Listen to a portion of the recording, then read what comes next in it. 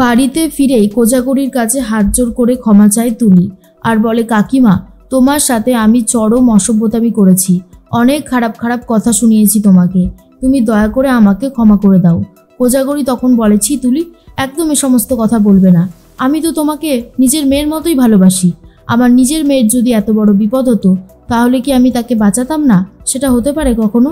আমি অবশ্যই তাকে বাঁচাতাম, আর তোমাকেও বাঁচিয়েছি, তুমি এসব নিয়ে একদম ভাববে না, ভাবো একটা নতুন জীবন শুরু হয়েছে।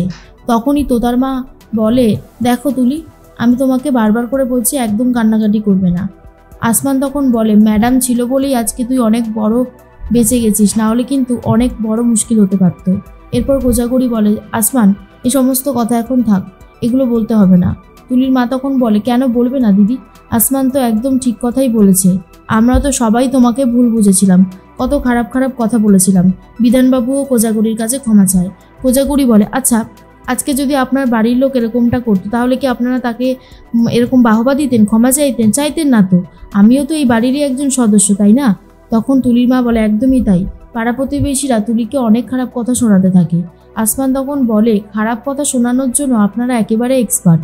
কোথায় তুলির বিপদের দিনে তুলির পাশে দাঁড়াবেন, তুলিকে ভরসা দেবেন, তা তো করছেনই না, উল্টে তুলিকে আরও বেশি করে ভয় দেখাচ্ছেন।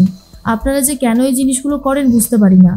এর মধ্যেই কোজাগরী বলে, সব থেকে বড় কথা, তুলির জীবনটা নতুন করে শুরু হতে চলেছে। তুলি, সিঁদুরটা ধুয়ে মুছে সাফ করে দাও, ওই ছেলের দেওয়া সিঁদুর তোমাকে আর পরে থাকতে হবে না। এর মধ্যেই অফিসার ফোন করেছে আর বলে, আসমান বাবু, আমরা আরও কিছু কথা জানতে পারলাম বলেই ফোনটা করেছি।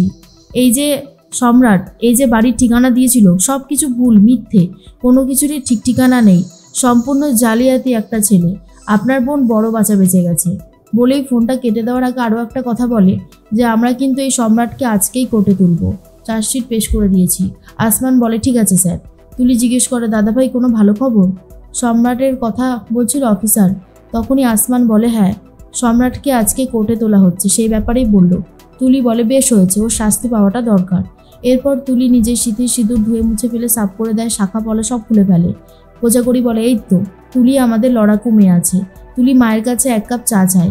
তখনই তুলি বলে, আমার একটা নতুন চাকরি দরকার কাকিমা, তোমার হোটেলে আমাকে নেবে? আর তখন কাকিমা বলে, কেন নেব না, আমার কাকুর তো দিন দিন বয়স হচ্ছে, সে আর এত সামলাতে পারে না, তুমি না হয় অ্যাকাউন্টসের ডিপার্টমেন্টটা দেখো, আমাদের সবার থেকেই তো তুমি বেশি পড়াশোনা জানো, তাই না? শোনার পর তুলির মাও খুব খুশি হয় আর বলে, দিদি, আমার মেয়ে তোমার কাছে গেলে আমি একদম নিশ্চিন্ত থাকবো।